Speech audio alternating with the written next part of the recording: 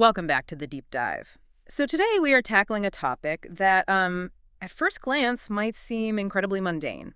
You think so? We're talking about showering, but, and this is a massive distinction, we're not talking about your average 5-minute get in, get out morning scrub. Not at all.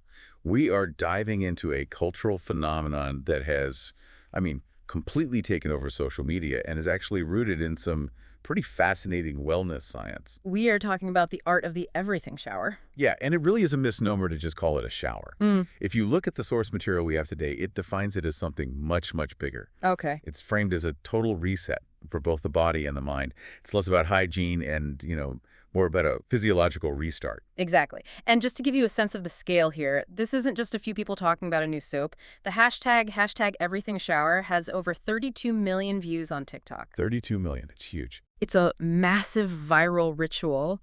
And our mission today is to deconstruct this. We have a literal roadmap from the research that breaks this down into specific phases. We're going to cover the actual science of the moisture sandwich, which sounds delicious, by the way, the psychology of the rinse, and how on earth you fit a routine that can take up to 4 hours into a busy life. It is ambitious. Yeah. 4 hours in a bathroom sounds like a nightmare to some people. Right. But I think by the end of this deep dive, you'll understand why people are dedicating their Sunday evenings to this. It's all about making that shift from a chore to a ceremony. Okay, let's start right there, that contrast. Because most of us, myself included, usually operate in what the source calls daily chore mode. Right. The daily chore is utilitarian. It's got an efficiency mindset. Get it done. Exactly. You have a job to do, remove dirt, remove sweat, wake yourself up. It lasts, 5 to 10 minutes, maybe? It's maintenance. It's something you do because you have to be presentable for work. Yeah, you get the job done so you can get on with your life. Okay. But the everything shower, that's completely different. The guide describes it as a sensory-focused experience. It's about mental decompression. And in terms of duration, we are talking anywhere from 60 minutes on the low end all the way up to 240 minutes. 4 hours. 4 hours, which sounds daunting, I know. It does. But think of it less as a long wash and more as a weekly ceremony. It involves multiple steps that you just don't have time for on a Tuesday morning. Things like deep exfoliation, hair masks. Shaving, skin prep, all of it. Right. You're basically consolidating a week's worth of self-care tasks into one focused block of time. But before we get into the how-to, which is intense, I want to stick with the why for a moment, because there's a whole section in our research on the psychology of the rinse. Why are people flocking to this? Well, it really comes down to the bathroom being a sanctuary of safety. A sanctuary of safety. Yeah, think about the geography of a modern home. For a lot of people, especially if you live with family or roommates, the bathroom is often the only room in the house with a lock that is, universally respected. That is such a good point. You can close a bedroom door, but people still knock?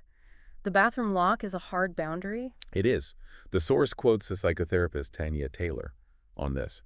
She notes that rituals like this create boundaries between competing commitments and personal peace. I like that, competing commitments. Yeah, and that locked door is a physical barrier to the outside world. When that lock clicks, you are in a space where no one is asking for a snack, no one needs an email update, no one is demanding your attention. So the isolation is benefit number one.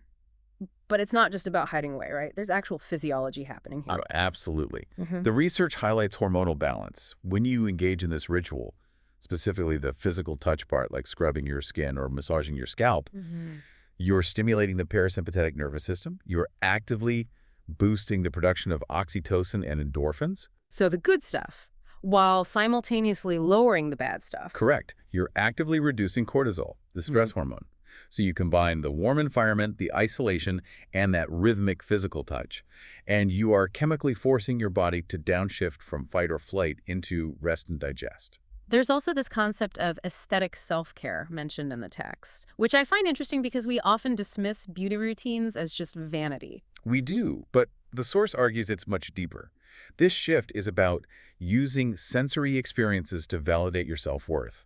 It's a tangible, physical way to say to yourself, I deserve this time. I deserve to be taken care of. It's like performing care on yourself to prove to yourself that you matter. That's a great way to put it. I love that framing.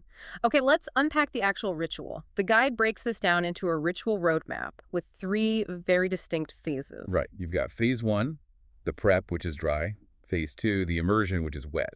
And phase 3, the seal, which is all about restoration. And notice that phase I happens entirely before you even turn on the water. Yeah, that was the most surprising part for me. Me too. So phase I is setting the sanctuary in the dry work, and it starts with curating the senses. Right. You can't just jump in under fluorescent lights and expect a spa experience. The guide really emphasizes engaging all 5 senses to signal a transition to your brain.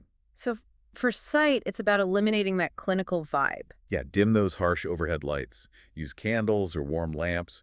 You're signaling to your brain through your circadian rhythm that it's time to rest, not time to work. Okay, then there's smell.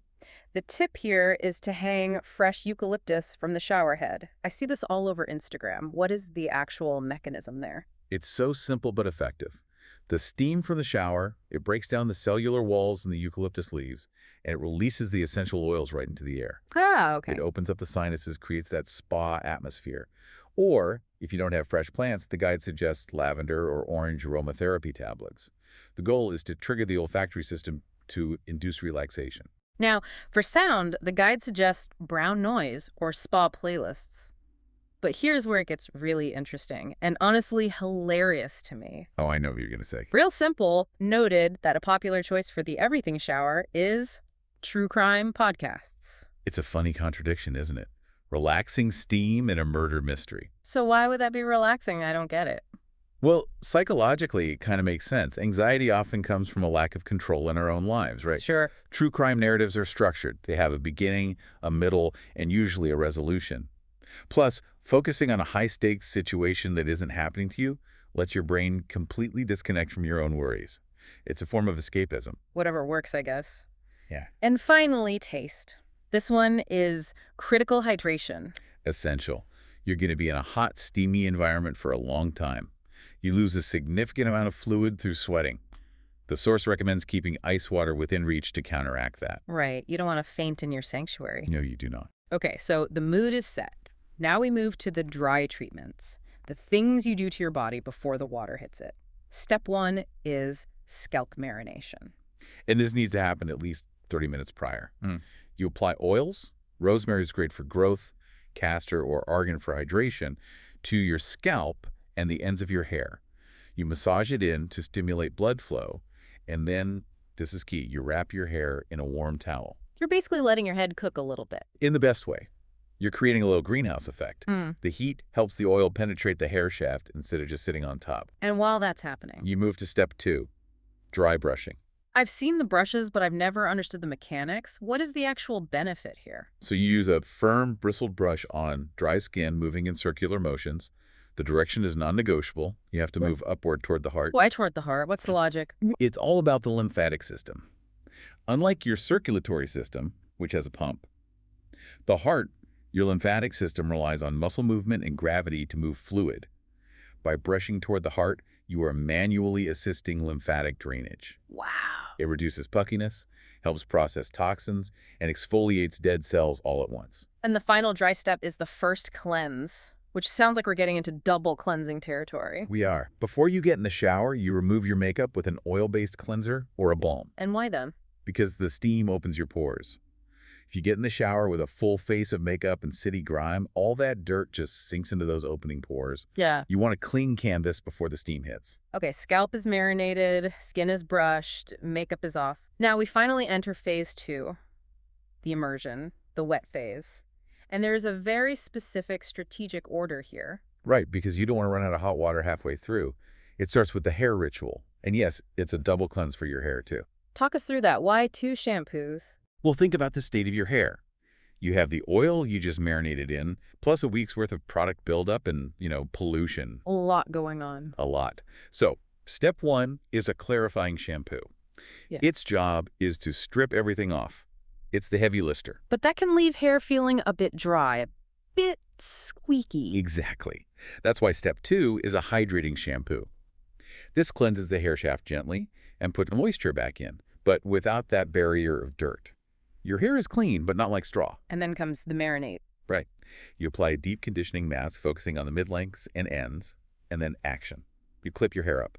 The guide says to let it sit for about 5 to 10 minutes. And this is the genius part of the timeline. While the hair mask is doing its thing and the steam is opening up the hair cuticle to let it soak in. That's when you start resurfacing the body. You're multitasking. Yes.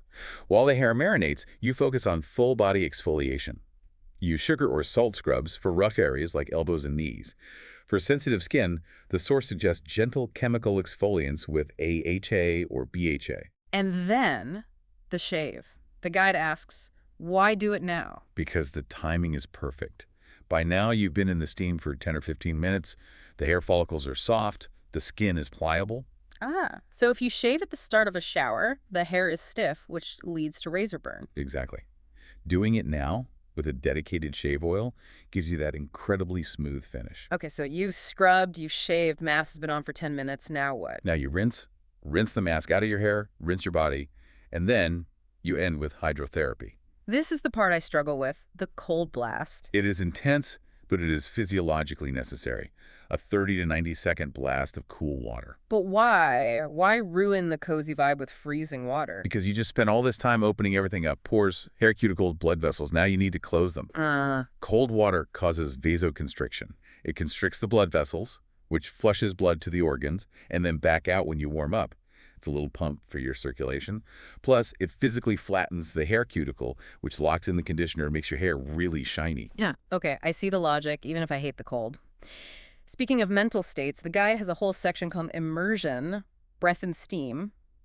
This is about elevating the shower from just grooming to a mental practice. This is where we integrate mindfulness. The guide suggests using box breathing to center the nervous system, maybe while your hair mask is thin. Box breathe, that's the Navy SEAL technique, right? It is.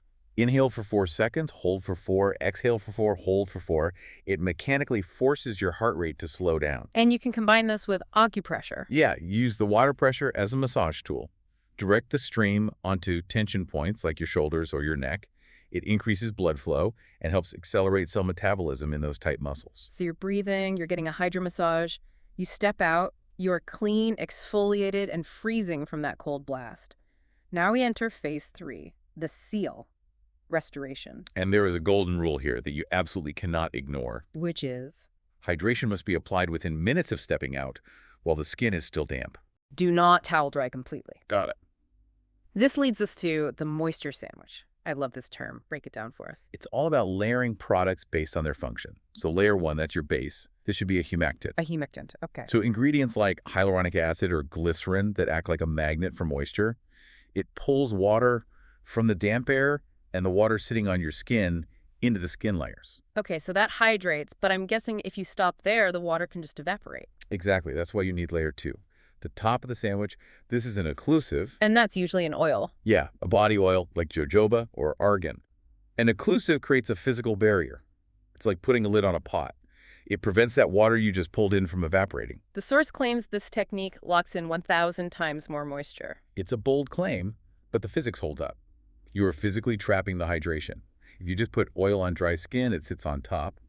Lotion on dry skin, it evaporates. The sandwich is the secret.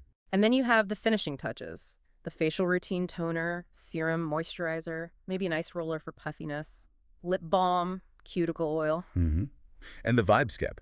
The guide says you must change immediately into fresh, loose pajamas or a plush robe. Why immediately? The goal is to maintain a low cortisol state. Tight clothes, waistbands, or bra signal work and restriction to the body. You want to stay in that soft, floaty zone to prolong the relaxation. Now, before everyone runs off to lock themselves in the bathroom for 4 hours, we need to talk about the rules of engagement. Yes, the dermatologist guidelines. A necessary reality check. So first rule, frequency. Limit the full everything shower to once a week. Right. Why? Wouldn't doing this every day be amazing? For your mind, maybe? For your skin? No. Daily intense exfoliation and scrubbing will strip the skin's natural microbiome. You have good bacteria protecting your skin barrier. Scrub it off every day, you'll end up with dry, irritated red skin. Okay, once a week? What about temperature? We all love a scalding hot shower. We do, but the guide advises 98 to 105 degrees Fahrenheit. Lukewarm is ideal. Scalding water just melts away the natural oils your skin produces. Again, it defeats the whole purpose of all that moisturizing. And the last rule is about time management. This is a crucial distinction. Yes, ritual time versus water time. You can be in the bathroom for 2 hours, but keep the active water time under 30 minutes. Because of pruning. Exactly. Pruning is actually a sign of distress. It means the water is washing away the oils that keep moisture inside your skin cells. You don't want to soak until you turn into a raisin. That's a really important distinction. Now, the guide acknowledges that not everyone has the same lifestyle. A 4-hour shower isn't feasible for everyone. Correct. So it offers ways to customize your ritual based on your persona. Yeah, we have the Gen Z viral persona. This is the 2 to 4 hour commitment, full shave, hair mask, cinematic lighting, post-shower journaling, the full Sunday reset. Then there's the busy professional. This is probably where I land. This is a 45-minute version. It prioritizes efficiency. You use multitasking products, maybe an in-shower lotion. You focus on stress relief, aromatherapy, but you might skip the full shave or the dry brushing. Getting 80% of the benefit in 20% of the time. That's the idea. And finally, the sensory seeker. What's that one about? This one is flexible on time, but focuses on nature. Using fresh herbs in the shower, maybe an herbal tea rinse for the hair, a heavy emphasis on breath work. It's less about grooming and more about grounding. I like that there's permission to adapt it. You don't fail the everything shower if you don't do all 50 steps. Exactly. The core philosophy, as quoted from the Wellness Corner, is this. In a world where everything moves so fast, this trend reminds us to slow down, breathe deeply, and prioritize our well-being. It's a commitment to yourself. It's carving out a block of time that belongs only to you. It really is. And in a hyper-connected world, that kind of solitude is rare. So to wrap this up, let's run through the everything shower checklist one last time. If you're planning this for Sunday, what do you need to gather? Okay, for prep, a big water bottle, can't forget hydration, your lighting and audio setup, hair oil, and a dry brush. For the wash, a clarifying shampoo and a hydrating shampoo, a deep hair mask, a body exfoliant sugar or chemical eraser, and the willpower to do a cold rinse. And for the seal, body lotion. That's your humectant body oil, your occlusive, your face skincare, and your freshest, softest pajamas. Simple tools for a pretty profound effect. It really makes you rethink that 10 minutes you spend in the bathroom every morning. It could be so much more. Yeah. And it raises a question for me. If we can carve out this kind of time for hygiene, where else in our lives are we rushing through things that could be rituals? Cooking, commuting. It's all about intention. Can you turn a chore into a ceremony? Exactly. That is a great thought to leave us with. So, to you listening, your assignment is clear. This coming Sunday evening, schedule your reset. Lock the door, dim the lights, and try the moisture sandwich. You might just start the week feeling like a completely different person. Enjoy the reset. Thanks for listening to this deep dive. We'll catch you next time.